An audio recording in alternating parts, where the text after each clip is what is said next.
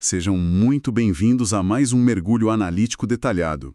Hoje a gente vai se debruçar sobre um documento que, acabou de sair do forno e que dita o ritmo para quem acompanha de perto o setor de infraestrutura e energia elétrica no Brasil. É um material bem denso. Exato.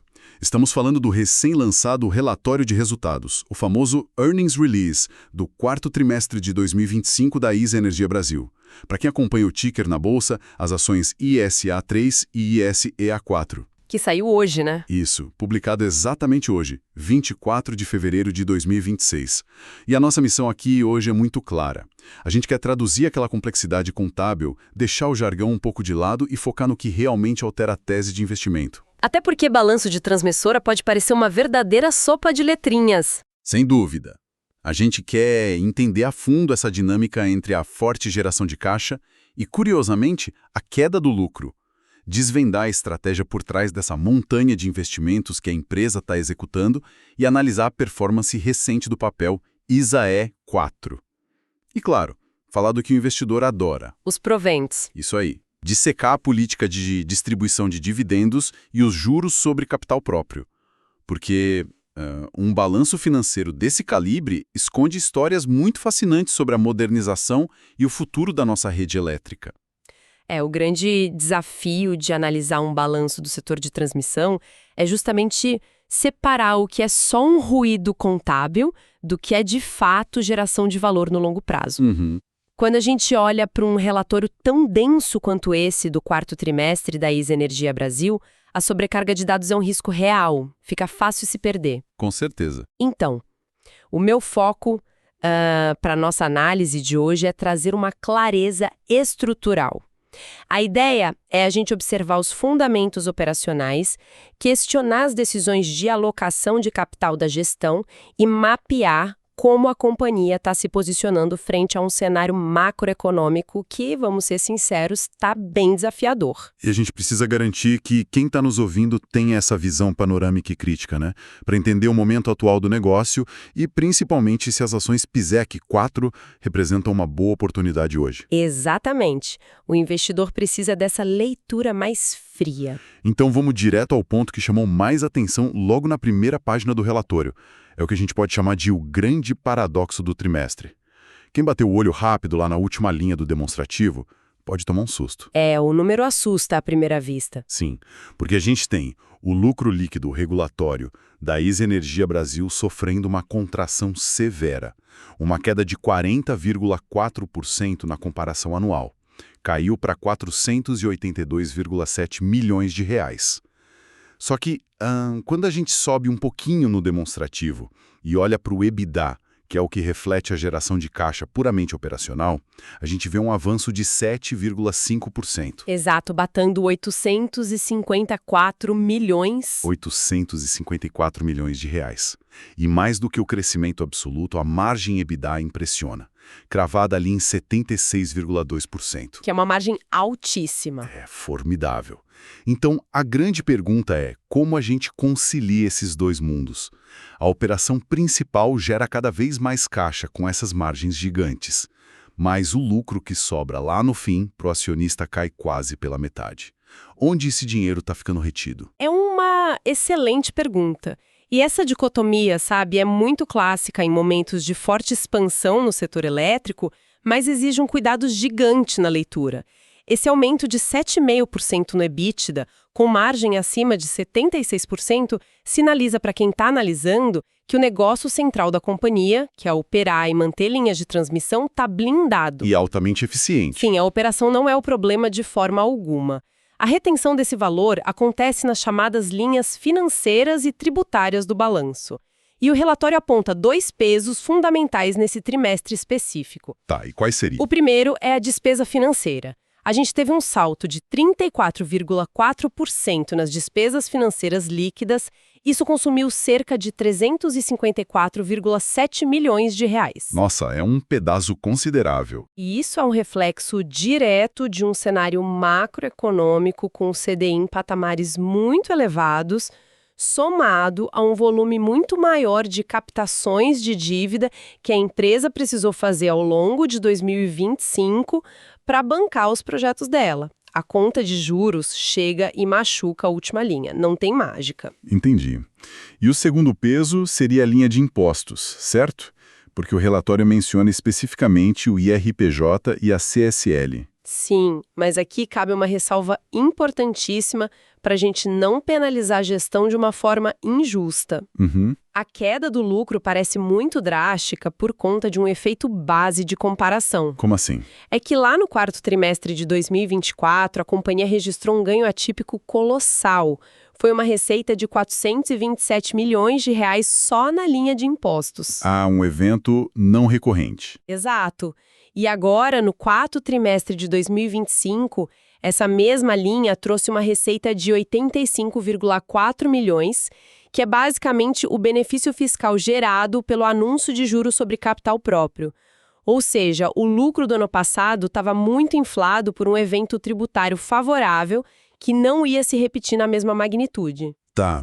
Então a piora no lucro líquido é muito mais um ajuste base contábil e esse aumento de custo de capital do que uma deterioração da empresa em si. Perfeito. É exatamente essa leitura. No fundo, sabe o que isso me lembra? Lembra muito um orçamento doméstico alavancado. Como assim? Tipo, a renda principal, o seu salário, aumentou de forma saudável.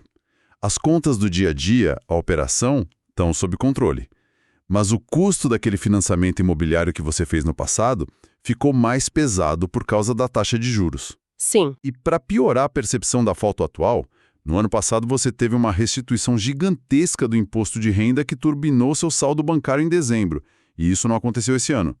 A saúde do seu trabalho continua intacta, mas o ambiente financeiro ao seu redor está exigindo mais caixa. Olha, é um bom paralelo. Mas tem uma distinção fundamental aí a favor da empresa. Qual? Essa casa que eles estão financiando já nasce com o aluguel garantido. Ah, bem lembrado.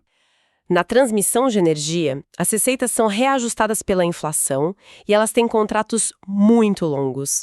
Esse custo financeiro maior que a gente vê hoje está atrelado a ativos que vão gerar caixa por 20, 30 anos.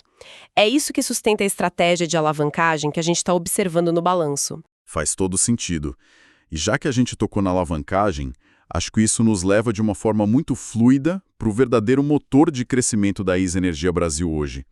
A relação entre a dívida e o CAPEX reportado. Para mim, é um dos pontos mais agressivos do documento todo. É o que mais chama a atenção de quem analisa os fundamentos. Pois é. O nível de investimento, o CAPEX, disparou 31,6%, batendo expressivos 1,69 bilhão de reais apenas nesse quarto trimestre. E aí, acompanhando esse ritmo frenético de obras, a dívida líquida deu um salto de 38,1% no ano. Chegando em 14,1 bilhões. Exato, 14,1 bilhões de reais. Para muitos investidores, ver a dívida crescer quase 40% numa janela de 12 meses costuma acender uma luz vermelha gigante no painel. Como o mercado costuma digerir esse tipo de endividamento no contexto bem específico das transmissoras? Em setores mais cíclicos ou no varejo, por exemplo, uma expansão de dívida de quase 40% seria motivo para pânico, com certeza. Total. Mas o investidor de transmissão precisa ler a dívida como matéria-prima.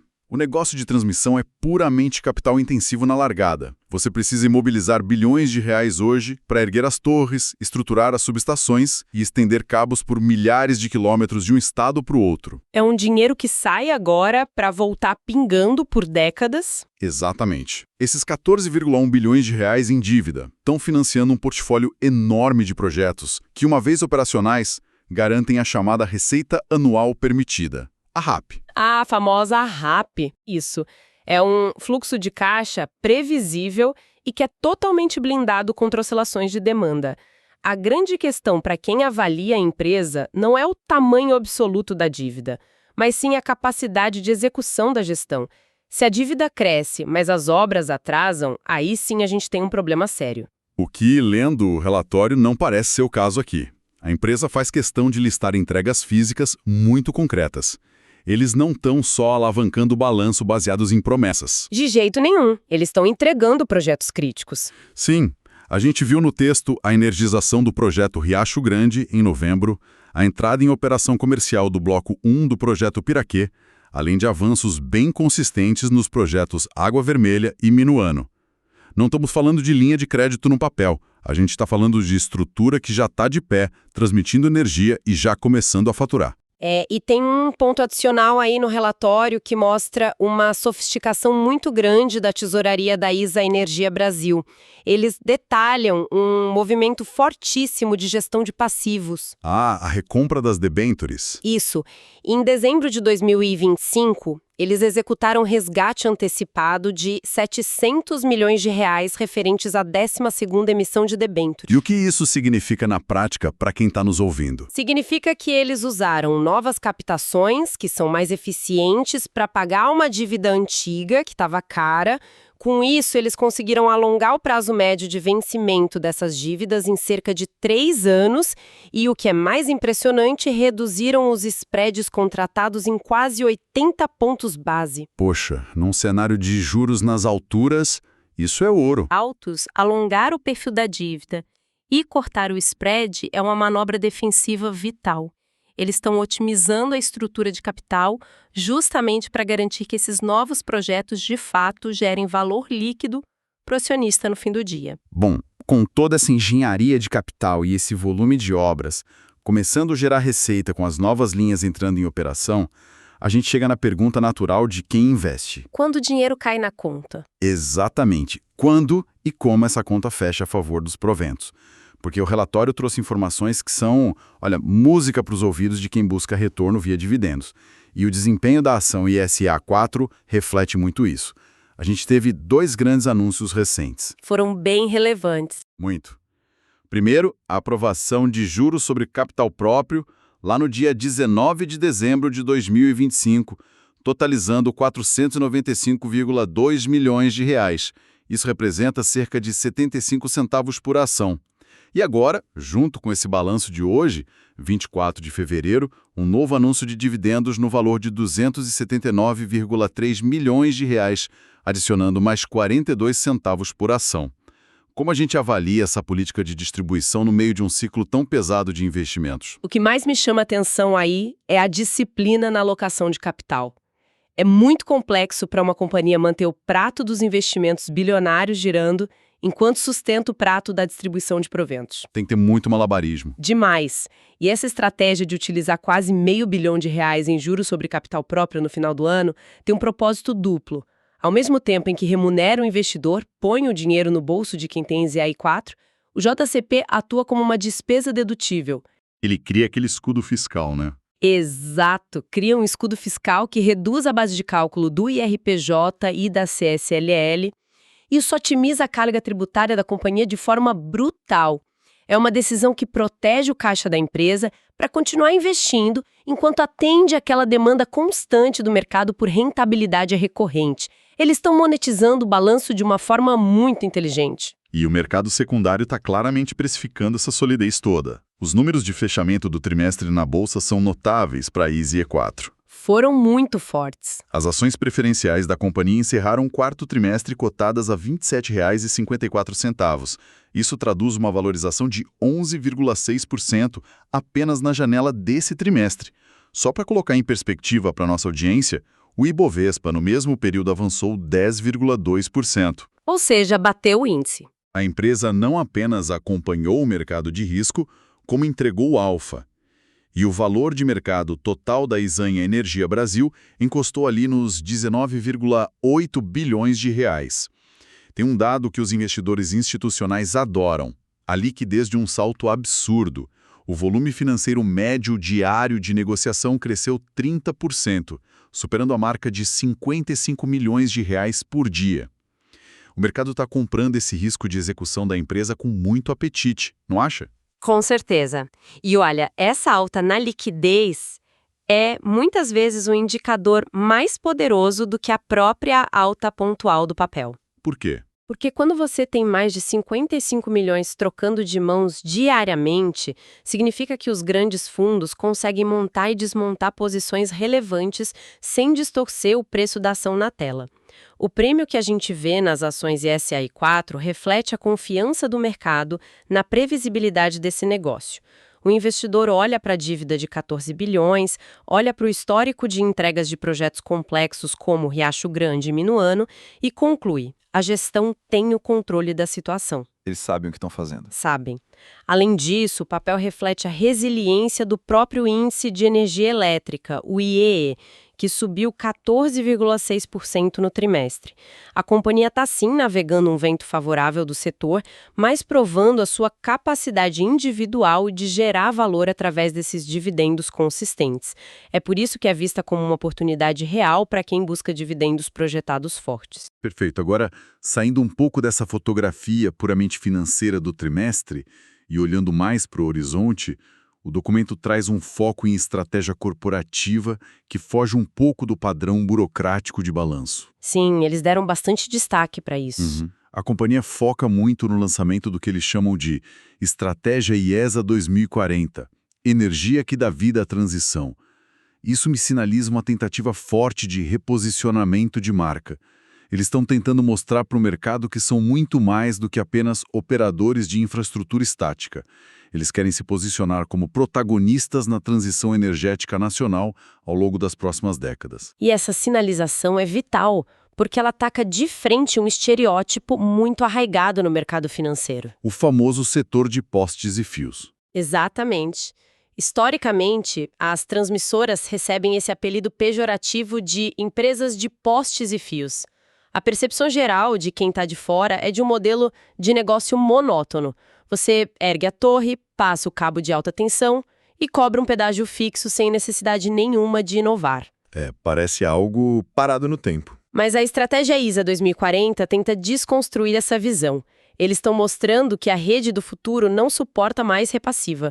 Com a entrada massiva de fontes de energia intermitentes no Brasil, como a solar e a eólica, a infraestrutura de transmissão precisa ser inteligente e altamente responsiva. O relatório materializa muito bem essa inteligência toda. Eles não ficam só naquele discurso bonito de sustentabilidade para relatório de ESG. O texto aponta o uso pioneiro de drones automatizados para inspeção de linhas. E, entrando numa camada bem mais técnica, eles anunciaram em dezembro o início da operação de um sistema chamado FACTS, da categoria MSSSC. O nome é imenso. O nome completo é Compensador Estático Síncrono Série Modular. Confesso que a sigla assusta um pouco quem lê rápido, mas na essência o que uma tecnologia de nome tão complexo assim faz pela rede na prática. Bom, fazendo uma analogia simples, o MSSC funciona como se fosse um guarda de trânsito inteligente e dinâmico para a rede elétrica. Como assim? Em sistemas de transmissão tradicionais, se uma linha específica está sobrecarregada, a solução padrão, e que é caríssima, seria construir uma nova linha paralela para dar conta da energia. E aí entra licença ambiental, obra, anos de atraso. Isso. O que esse sistema novo faz é redirecionar eletronicamente o fluxo de energia daquela linha sobrecarregada para outras linhas da mesma malha que estão com capacidade ociosa naquele exato momento. Ele otimiza o tráfego de elétrons. Isso é revolucionário para o setor, porque permite à empresa extrair muito mais capacidade da infraestrutura física que já existe, adiando a necessidade de investimentos bilionários em novas estruturas físicas pesadas. Genial. E eu imagino que inovações como essa, somadas ao uso de drones para manutenção e inspeção, tem um reflexo direto nas margens que a gente discutiu lá no início, certo? Totalmente. Isso impacta de forma direta e imediata a linha de PMSO, que engloba as despesas com o pessoal, material, serviços e outros. Certo. Quando a empresa substitui uma inspeção humana, que é arriscada e muito demorada, por drones automatizados com sensores térmicos, e quando utiliza sistemas como esse FACTS para evitar o estresse excessivo da rede elétrica, ela reduz drasticamente os custos de manutenção corretiva. Previne o problema antes de quebrar. Exato. E mais do que isso, diminui o tempo de indisponibilidade das linhas. Na regulação brasileira, se a linha de transmissão fica fora do ar por falha, a transmissora sofre cortes na sua receita. Portanto, essa inovação tecnológica é, no fim do dia, uma ferramenta de proteção da margem EBITDA e de garantia do fluxo de caixa. Olha, colocando todas essas peças no tabuleiro para nossa síntese final, A leitura atenta desse quarto trimestre de 2025 nos revela uma ISA Energia Brasil operando numa rotação muito alta. A gente vê uma companhia executando um volume massivo de investimentos, expandindo sua dívida de maneira proposital e bem estratégica para bancar uma expansão de infraestrutura que vai garantir retornos garantidos por décadas. É o ciclo virtuoso do setor. E embora o lucro líquido tenha sofrido uma queda contábil que assusta na manchete, muito mais em função do aumento no custo da dívida e daquela distorção na base tributária de 2024, o verdadeiro motor do negócio provou sua força, com o EBITDA crescendo firme e margens operacionais invejáveis, acima de 76%. E o mercado recompensa isso. Sem dúvida. E o mais importante para quem está pensando em montar a posição, a gestão demonstrou a habilidade rara de equilibrar esse capex pesado com a entrega contínua de proventos atrativos, pagando JCP e dividendos gordos, o que sustenta essa valorização de duplo dígito das ações ISI 4 no trimestre.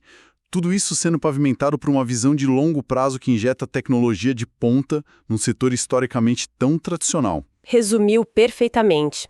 A fotografia atual que a gente tem é de uma engrenagem rodando perfeitamente dentro do que foi planejado para esse ciclo de expansão estrutural. Mas o que realmente deve capturar a atenção de quem analisa esse ativo para o longo prazo é o que ainda está por vir. O relatório sinaliza de forma clara que a empresa tem aproximadamente 6 bilhões de reais em investimentos remanescentes focados em projetos Greenfield, ou seja, obras de transmissão que ainda estão sendo erguidas do zero absoluto. Bastante capital a ser alocado ainda. Muito. A gente tem megaestruturas em fase final de construção, como é o caso de Piraquê, e outros desenvolvimentos bem robustos que vão atravessar os próximos anos em obras, como o projeto Serra Dourada.